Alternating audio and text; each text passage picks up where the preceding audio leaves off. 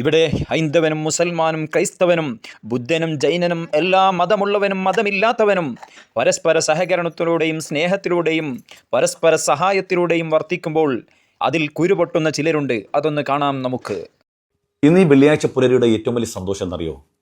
ഇന്നലെ ഒരു നിർധന കുടുംബത്തിൽപ്പെട്ട ആവണി മോളെന്ന് പറഞ്ഞ പൊന്നുമോളുടെ വീഡിയോ, ജീവിതകാലം മുഴുവനും വീൽ ചെയറിൽ കഴിച്ചു കൂട്ടിയ ആ മോളുടെ വീഡിയോ നിങ്ങളുടെ മുമ്പിൽ ഞാൻ പങ്കുവച്ചപ്പം നിത്യവേദനം കൊണ്ട് ജീവിക്കുന്ന നിങ്ങളൊക്കെ നിങ്ങളുടെ വേതനത്തിൻ്റെ ഒരു ഭാഗം തന്ന് ആ കുടുംബത്തെ സഹായിക്കാൻ വേണ്ടി സന്നദ്ധമായപ്പോൾ 15 മണിക്കൂർ കൊണ്ട്, കേവലം 15 മണിക്കൂർ കൊണ്ട് അൽഹംദുലില്ലാ ഏകദേശം 13 ലക്ഷം രൂപ നമ്മൾ സമാഹരിച്ചു. ജാതിമത ഭേദമന്യേ ഉദ്യമനത്തിൻ്റെ ഭാഗമായിട്ടുള്ള എല്ലാവർക്കും പടച്ച തമ്പുരാൻ സർവ്വ അനുഗ്രഹങ്ങളും നൽകട്ടെ എന്ന് ആത്മാർത്ഥമായി പ്രാർത്ഥിക്കുകയാണ്. പക്ഷേ രാവിലെ സോഷ്യൽ മീഡിയ തുറന്നപ്പം നമ്മുടെ കാളിച്ചേട്ടൻ എന്തോ ഒരു വയറിളക്കം. പറഞ്ഞു, നിങ്ങൾ ഈ പള്ളിയിൽ നിന്നൊക്കെ ഏതെങ്കിലും ഹിന്ദുക്കൾക്ക് സഹായം കൊടുത്തു കഴിഞ്ഞാൽ അതിങ്ങനെ കുട്ടിപ്പാടി അതിന്റെ ആ ഒരു ഫലം കളയാതിരിക്കാൻ നിങ്ങൾ ശ്രമിക്കണം. നമ്മളാരും കുട്ടിപ്പാടിയിട്ടില്ല ഏട്ടാ. കുട്ടിപ്പാടിയാ? പ്രേമേട്ടൻ പുന്നാടാണ് പറഞ്ഞത്. പ്രേമേട്ടൻ പുന്നാടിൻ്റെ കണ്ടന്റ് കാളിച്ചേട്ടന് മനസ്സിലായില്ല. പ്രേമേട്ടൻ പുന്നാട് പറഞ്ഞത് പ്രഭാതം മുതൽ പ്രദോഷം വരെ ഹിന്ദു മുസ്ലിം ഉണരുന്ന് പറയുന്ന ആളുകൾ ആരും ഒരു മനുഷ്യൻ്റെ പ്രശ്നം വരുമ്പോഴത്തേക്ക് എന്തുകൊണ്ട് സംഘടിക്കുന്നില്ല? സംഘടിക്കൂ, മുസ്ലിം വരുന്നു, ക്രിസ്ത്യാനി വരുന്നു എന്ന് പറയുന്ന ഈ നാട്ടിലെ സംഘപരിവാറുകാരനോടുള്ള ചോദ്യമാണ് പ്രേമട്ടം പുന്നാടിനത്. അതിങ്ങനെ കൂട്ടി മാറ്റിയിട്ട് ഞങ്ങൾ ഹിന്ദുക്കൾ ഒരിക്കലും ഈ നാട്ടിലെ ഹിന്ദു ദാനശീലനല്ല, ധർമ്മിഷ്ഠനല്ല, അവൻ അറുത്ത കൈക്ക് ഉപ്പ് തേക്കാത്തവൻ, അങ്ങനത്തെ ഒരു ഭാഷയും ഈ നാട്ടിലെ മുസൽമാനോ ക്രിസ്ത്യാനോ ഉപയോഗിക്കത്തില്ല. എന്തുകൊണ്ട്? ഈ നാട്ടിലെ നല്ലവരായ ഹൈന്ദവ സഹോദരങ്ങളെയൊക്കെ നമുക്കറിയാം. ഇന്നലെ ആവണി മോളുടെ വീഡിയോ പങ്കുവച്ചപ്പം നേരിട്ട് തന്നെ വിളിച്ചിട്ട് 10 ചാക്ക് സിമൻറ്റ് ഞാൻ കൊടുക്കാം, 100 ചാക്ക് സിമൻറ്റ് ഞാൻ കൊടുക്കാം, കട്ടയുടെ പൈസ ഞാൻ തരാമെന്ന് പറഞ്ഞത് ഈ നാട്ടിലെ ഹൈന്ദവ സഹോദരങ്ങൾപ്പെട്ട പലരുമാണ്. എൻ്റെ ഫോണിൽ ആ മെസ്സേജുകളൊക്കെ കിടപ്പുണ്ട്. അതുകൊണ്ട് ഒരിക്കലും ഞങ്ങളാരും അങ്ങനെ പറയില്ല. പക്ഷേ സ്വന്തം ജീവിതം കൊണ്ട് വേദന അനുഭവിച്ച ചില മനുഷ്യരത് പറയും. കാരണം ഈ നാട്ടിൽ വിദ്വേഷം പറഞ്ഞു നടക്കുന്ന മനുഷ്യനെ സംബന്ധിച്ചിടത്തോളം അവർക്ക് നാട്ടുകാർക്ക് ഒരു ഗുണം ഉണ്ടാകത്തില്ല. അവനെ സംബന്ധിച്ചിട്ട് രാവിലെ മുതൽ വൈകുന്നേരം വരെ ചെറ്റ വർത്താനേ പറയത്തുള്ളൂ. അങ്ങനെ ചില നിർഗുണന്മാരായ ആളുകളെ കുറിച്ച് ഇവരൊക്കെ അങ്ങനെ പറഞ്ഞിട്ടുണ്ട്. അന്നൊന്നും ആരും സഹായിക്കത്തില്ല. അന്നൊക്കെ എനിക്ക് കുറച്ച് മുസ്ലിം സുഹൃത്തുക്കളുണ്ടായിരുന്നു, അവര് സഹായിക്കുക. ഞാൻ ഹിന്ദുസൊന്നും ഒരു രൂപ ഞാൻ പറയും ഇതിൽ കൂടെ വിശ്വാസത്തിന്റെ സഹായം ചെയ്തില്ല. അതുകൊണ്ട് അവരെയൊക്കെ പറഞ്ഞ് എനിക്ക് നോക്കും. പിന്നെ മുസ്ലിംസ് എനിക്ക് ഒത്തിരി എന്റെ സക്രിയ ബസാർ എന്ന് പറഞ്ഞാൽ ആലപ്പുഴ ഈ സമീപ പ്രദേശമാണ്. നേർച്ച വഞ്ചിയിലെ പൈസ അടക്കം പൊട്ടിച്ചിട്ട് കൊടുത്തു. ഇത് മുസൽമാന്റെ മാത്രം പ്രത്യേകതയല്ല. നീ ക്രിസ്ത്യാനി ചെയ്യും, ഹിന്ദു ചെയ്യുമെന്ന് ആരാ പറഞ്ഞ് ചെയ്യത്തില്ലെന്ന്? നമ്മളാരെങ്കിലും പറഞ്ഞോ? ഏത് വീഡിയോയിലാണ് പറഞ്ഞത്? ഈ നാട്ടിലെ ഹിന്ദു നിർഗുണനാണെന്ന് ആരാ പറഞ്ഞത്? സംഖ്യകളെ പറഞ്ഞിട്ടുണ്ടാവാം, സംഘപരിവാറുകാരെ. അവരെ സംബന്ധിച്ചിടത്തോളം അവർക്ക് സഹായിക്കാൻ ഒരു മനുഷ്യന് സമയം വേണ്ടേ? കാരണം അവൻ രാവിലെ മൂലം നോക്കണം അതേ വരുന്നടാ മുസ്ലിം വരുന്നടാ, ക്രിസ്ത്യാനി വരുന്നടാ, നോക്കടാ, പിടിച്ചിറക്കാൻ പോകണടാ.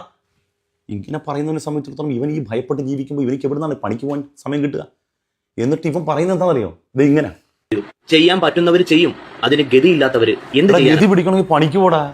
പണിക്ക് പോയാൽ ഗതി പിടിക്കൂടാ. പണിക്ക് പോന്നീ രാവിലെ. ഇങ്ങനെ നടക്കുന്നവർക്ക് എവിടെ നിന്നാണ് മറ്റൊരാളെ സഹായിക്കാൻ കഴിയുക?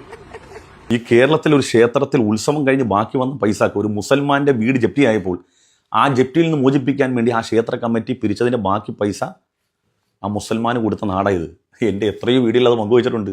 നിങ്ങളാണ് ഇതൊക്കെ പറയുന്നത്. ആയിക്കോട്ടെ, ബാക്കി കാളിച്ചേട്ടൻ പറയുന്നത് കേൾക്കാം. തമാശ പറയണല്ല, നിങ്ങൾ പറഞ്ഞു വെക്കുന്ന എന്താന്ന് വെച്ചാല് നിങ്ങൾ വലിയ ദാനശീലരും മറ്റുള്ളവരൊന്നും ഒന്നും കൊടുക്കാത്തവരാണെന്നുള്ളതാണ്. അങ്ങനെ പറഞ്ഞിട്ടില്ലേ? ആളുകൾക്ക് ഒരു സ്വഭാവമുണ്ട്, ഞങ്ങളുടെ ഹിന്ദു കൂട്ടത്തിലെ ആളുകൾക്കുള്ള കുഴപ്പമാണ്. ഉത്തരം നിങ്ങൾ തന്നെ പറയാം. ആരോഗ്യമായിരിക്കുന്ന സമയത്ത് മറ്റുള്ളവരെ ചിലപ്പോൾ സഹായിക്കൂല.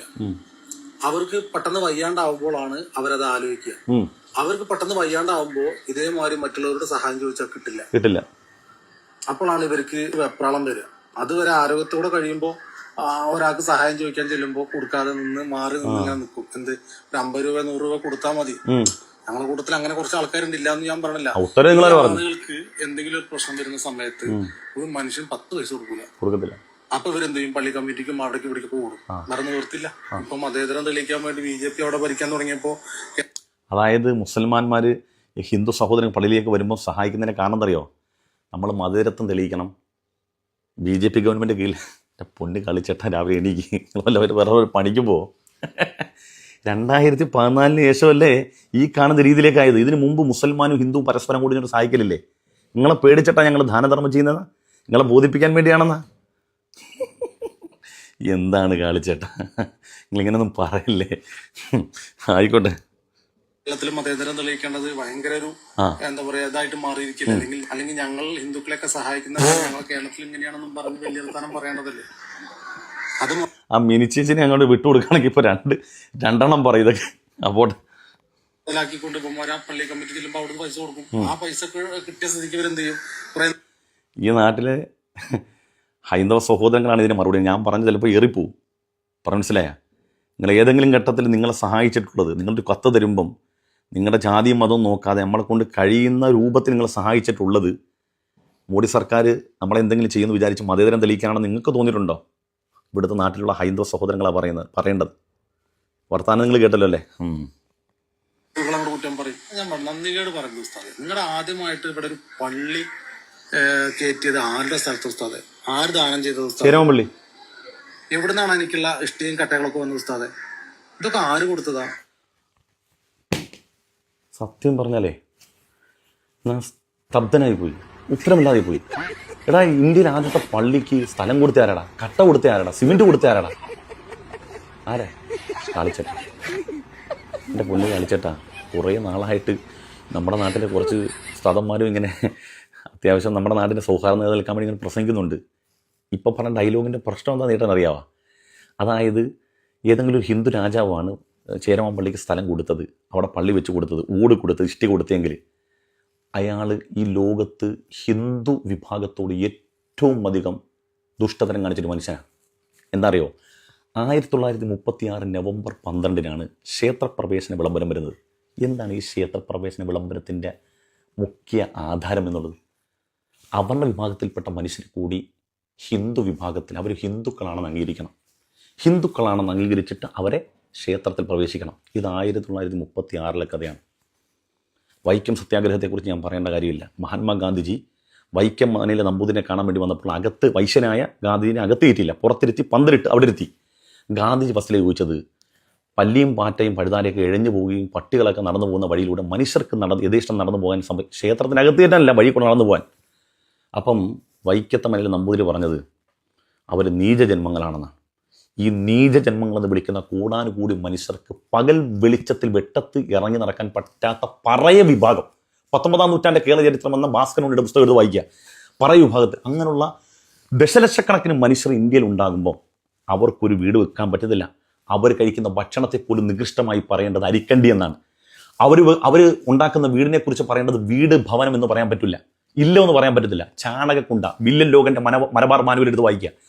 ഇങ്ങനെയൊക്കെ ജീവിച്ചിരുന്നൊരു വിഭാഗം ഈ നാട്ടിൽ ഹിന്ദുക്കൾ എന്ന് പറഞ്ഞ വിഭാഗം ഇവിടെ ഉണ്ടായിരുന്നപ്പോൾ, ഹിന്ദു സഹോദരങ്ങൾ ഉണ്ടായിരുന്നപ്പോൾ, എവിടുന്നോ വന്ന മുസൽമാനും ക്രിസ്ത്യാനികൾക്കും നിങ്ങൾ പള്ളി ഉണ്ടാക്കി കൊടുത്തിട്ടുണ്ടെങ്കിൽ എന്തുകൊണ്ടായിരിക്കും?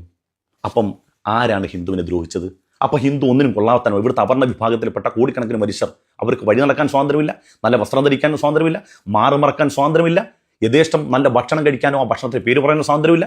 ഒരു വീട് വെച്ചാൽ ആ വീടിന് വീടെന്ന് പറയാൻ പറ്റാത്തൊരു കാലഘട്ടത്തിൽ ഔന്നത്യത്തിൻ്റെ പ്രതാപത്തിൻ്റെ ഒരു പള്ളി മുസൽമാൻ ഉണ്ടാക്കി കൊടുത്തിട്ടുണ്ടെങ്കിൽ അതിനൊരു കാരണം ഉണ്ടാവുമല്ലോ. എന്തായിരിക്കും? അവർ കൊള്ളാമെന്ന് അയാൾക്ക് തോന്നിയതുകൊണ്ടാണ്. ഇനി നിങ്ങൾ പറ, ആ രാജാവ് ചെയ്ത് ശരിയാണോ? ഹിന്ദുവിന് വീട് വെച്ച് കൊടുക്കാത്ത, വഴിയിലൂടെ നടക്കാൻ സമ്മതിക്കാത്ത ഒരുത്തൻ ഇവിടുത്തെ മേത്തനും ക്രിസ്ത്യാനിക്കൊക്കെ വീട് വെച്ച് കൊടുക്കുകയും പള്ളി വെച്ച് കൊടുത്തിട്ടുണ്ടെങ്കിൽ എന്തായിരിക്കും എൻ്റെ കാരണം? ഉണ്ണിച്ചേട്ടൻ ഇനി ഈ പ്രസംഗം പറയരുത്. പറഞ്ഞാൽ ചരിത്രം ഞാൻ ഓരോന്നെടുത്ത് വായിക്കും.